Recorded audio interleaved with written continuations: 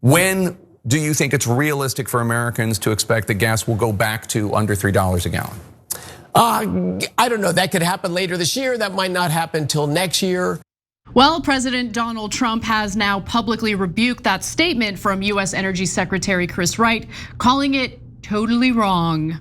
Now, Cenk, I don't think Chris Wright is wrong. In fact, I think he should have gone even further in warning the American people about how disastrous this war with Iran has been when it comes to energy needs and the price of oil and gas. But before we get to all those details, your 2 cents. Yeah, I want to talk about the economic calamity that will ensue if we restart the war, because that is right now. Anna's going to tell you about how bad it is. I think it can get way worse.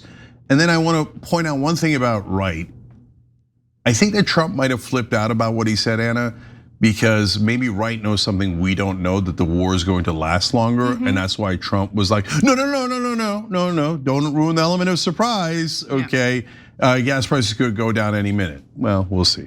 So let's give you some more context, especially when it comes to this interview on CNN with Jake Tapper. So during the conversation, Wright stated that the Trump administration has handled energy prices fantastically. Let's take a look at what he has to say. The president said today, the US loses nothing with the strait is closed, but gas prices have surged more than $1 a gallon for regular unleaded just since the war began. So it's not true, right? I mean, the US does lose something. Putting this 47-year conflict to an end and preventing Iran from getting nuclear weapons, of course, has come with short-term disruption. I think we've managed it fantastically, though. Here we are in the middle of the largest interruption in flow of energy ever, and gasoline prices peaked a week ago, about $1 below the peak during the Biden administration, and that was just a Biden administration attack on the oil and gas industry. I gotta say, I really can't stand these crusty ass liars, okay? And I'm gonna give you the details on how deep the lie is in just a minute. But later, Wright admitted that gas prices could stay high for an entire year. And spoiler alert, he's actually downplaying how bad this is. Take a look. When you were on the show March 8th, I asked you when gas prices would go under $3 a gallon for regular unleaded. You said, quote, in the worst case, this is a week's, this is not a month's thing. That was 6 weeks ago, so we're still within the weeks realm, but we're 2 weeks away from the months thing. When do you think it's realistic for Americans to expect that gas will go back to under $3 a gallon? I don't know. That could happen later this year. That might not happen till next year. But prices have likely peaked and they'll start going down. Certainly with a resolution of this conflict, you'll see prices go down. Prices across the board on energy prices will go down. But it might not be under $3 a gallon until 2027. Under $3 a gallon is pretty tremendous in an inflation-adjusted terms. We had that in the Trump administration, but we hadn't seen that in inflation-adjusted term for quite a long time. We'll get back there for sure. No. Okay. So look, apparently the pretty little story that Wright told while on CNN didn't go far enough for Trump, who knows that this is a huge political liability for him and the Republicans. So in a phone interview with The Hill, Trump stated, no, I think Wright's wrong on that, totally wrong. When asked by The Hill when he believes gas prices will drop, Trump said, as soon as this ends, referring to the Iran war, by the way, tensions escalated over the weekend, and there's really no indication that a deal will be signed with Iran anytime soon. And for context, the graph you're looking at just shows you how much the price of gas per gallon has gone up. So it illustrates the average price of gas per gallon in the US from April 2025 through the end of March of this year. And as you can see, there's a pretty significant spike there. Prices reached their highest point so far this year at $4.16 per gallon earlier this month, and now are at $4.05 per AAA data. In California, obviously, with all the extra taxes, it's much higher than that. We're now paying like $6, $7 a gallon, which is pretty disastrous. So thanks, Trump. But Cenk, I want to get your thoughts, and before, and then after, I'm going to tell you why, even if the war ended today, these high gas prices are here to stay, at least for a long time. Yeah. So, guys, there's one thing that Wright said that's relatively true. He said we managed this pretty well, and why do I say that's relatively true? Because Trump has done all these like misdirections and tacos and all this stuff. So, and it's managed to quiet the markets down. right? In the beginning, what happened was oil shot up and the markets crashed. But then eventually Trump convinced the markets that, oh, it's the victory's around the corner and peace is right around the corner. So the markets are totally back up thinking, yeah, oil is bad, but it's temporary because Trump says this is almost over and we all believe him. So they've actually not felt the pain as much since the beginning of the war, right? So what's going to happen if the war continues though, is that the markets are gonna realize, oh, we got played again, right? And so by the way, there's a person that is making a tremendous amount of money betting on the markets right before Trump's announcements. Guys, there is serious insider trade, brazen insider trading happening right now and market manipulation happening right now. It's sick. Like, it's sick that this is going on and nothing is being done about it. Yeah, so now they could be doing the market manipulation to keep things going, et cetera, but and to make money off of it. But it's having an ironic counterproductive element to it, which is that Trump's looking at the markets and going, it's not that bad, right? So that might lead him to go, oh yeah, let's keep going. And if we keep going, then the market's gonna realize they're wrong and the bottom's gonna fall out. Why is the bottom gonna fall out?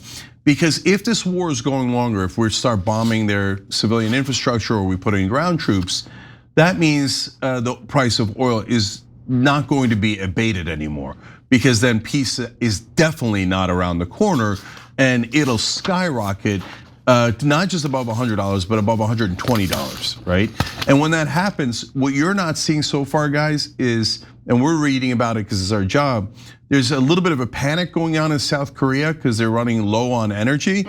And in fact, that's what's making them furious about Israel, and they're putting out statements against Israel. Israel's catching feelings. Right before I launched TYT, the doubt was real. What if nobody watches? What if it doesn't work out? I got past those initial hurdles, but when we launched our Shop TYT store, the doubts came back. What if people don't like the designs? What if nobody buys anything? Making those leaps of faith was one of the best decisions I've ever made. And it helps when you've got a partner like Shopify on your side. Shopify powers 10% of all e-commerce in the US, from big names to brands just getting started. You get hundreds of ready-to-use templates to build a beautiful online store that matches your style. They make it easy to change your online store so you can feature new designs. And Shopify's AI tools write product descriptions, headlines, and even enhance your photos. Plus, their purple Shop Pay button, it has the best converting checkout on the planet. Fewer cart abandonments mean more sales for you. Everything from inventory to shipping to returns, all in one place. It's time to turn those what ifs into with Shopify today. Sign up for your $1 per month trial today at shopify.com/TYT. Go to shopify.com/TYT. That's shopify.com/TYT. Good. In India, they're having significant shortages, so the whole world is waiting on bated breath here. Is this war going to be over and then we're gonna begin to slowly recover, although it's gonna have issues like Anna's gonna tell you?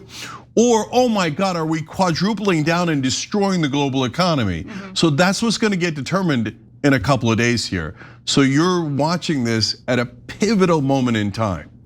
I just want to know how much Germany regrets decommissioning their nuclear power plants, but we'll check in with that later. For now, though, I want to explain why, even if the war were to end today, gas prices are not going to come down. What you're paying at the pump is not going to come down anytime soon, and that's because this war has led to significant damage to oil refineries, oil fields. You have gas gas infrastructure that's being completely destroyed. So I'll give you just a little taste, okay? Literally dozens and dozens of oil and gas facilities, infrastructure totally damaged or destroyed. So for instance, let's give you specific examples. In the UAE, one of the biggest refineries in the world suffered multiple fires caused by falling debris from air defense interception. Abu Dhabi's government said on April 5th. Saudi Arabia, this is just refineries, by the way. A drone fell on a refinery that's half owned by ExxonMobil. This happened on March 19th. Also in Saudi Arabia, units halted at the Satorp refinery after incidents on April 7th through the 8th. It used to refine nearly 460,000 barrels a day. It is currently refining nothing, because of the extensive damage.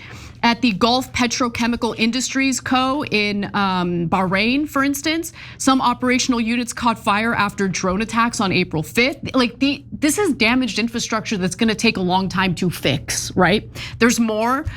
There's the Kuwait National Petroleum Company and Petrochemical Industries facilities, which suffered significant damages as emergency and fire response teams worked to contain fires at several sites. KPC said on April 5th. Those attacks followed hits on KPC's headquarters. Those were just refineries. Then you have gas facilities. Qatar Energy said LNG facilities were hit by the Iranian missiles, triggering fires that caused extensive damage.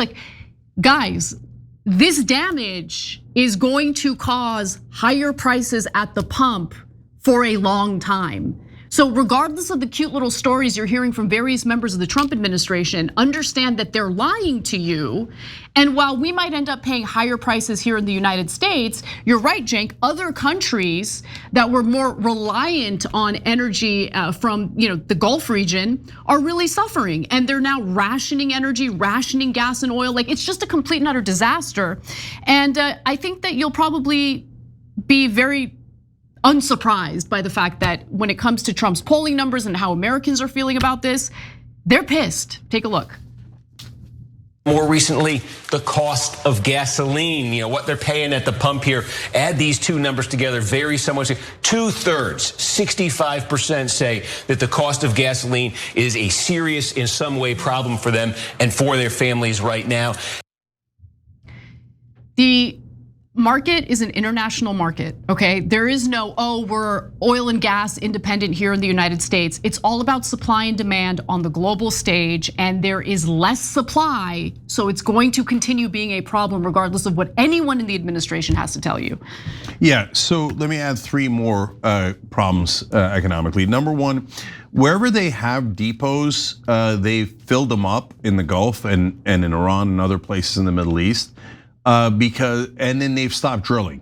So the problem is when you stop drilling, it takes a while to restart the drilling. So that's why gas prices, even if we stop now, are going to continue to be higher for quite some time. The full depots ironically hurt because it prevents, because you can't drill because you have nowhere to put the oil. The depots are filled. So that's a part of the problem, smallest part of the problem. And then you go to the second layer of it. So when India, South Korea, Europe, et cetera, have these huge energy problems, it also hurts the rest of their economy, which then ricochets around the world because it's a global economy and hurts our economy. So it depresses all of the products at the same time, right? And then finally, the biggest problem if we continue the war is, if we hit Iran's oil and gas facilities, well, again, those are gonna take 5 years to rebuild. You're doing permanent damage to the price of gas, or at least for as far as the eye can see. And Iran doesn't have a ton of money to rebuild those facilities, so it might take even longer depending on what kind of deal we come up with if we ever get to the end of this war. But Iran will also counter by hitting, and they've said this very, very clearly, there's no question they're gonna do it, oil and gas facilities in the Gulf. In which case, oh my God, then we're going to price of oil going past $150, because now where the Middle East is, not only do we have a temporary but significant problem in the blocking of the Strait of Hormuz, so the oil can't get out. Now they can't even make the oil because their oil facilities are destroyed and are going to take years and years to rebuild. Continuing this war will be such an epic debacle that it should be unthinkable. The only reason why it's in doubt now as to whether we're going to continue is because there's one country demanding that we continue, and that's apparently the most powerful country in the world, that's Israel. Every time you ring the bell below, an angel gets his wings. Totally not true, but it does keep you updated on our live shows.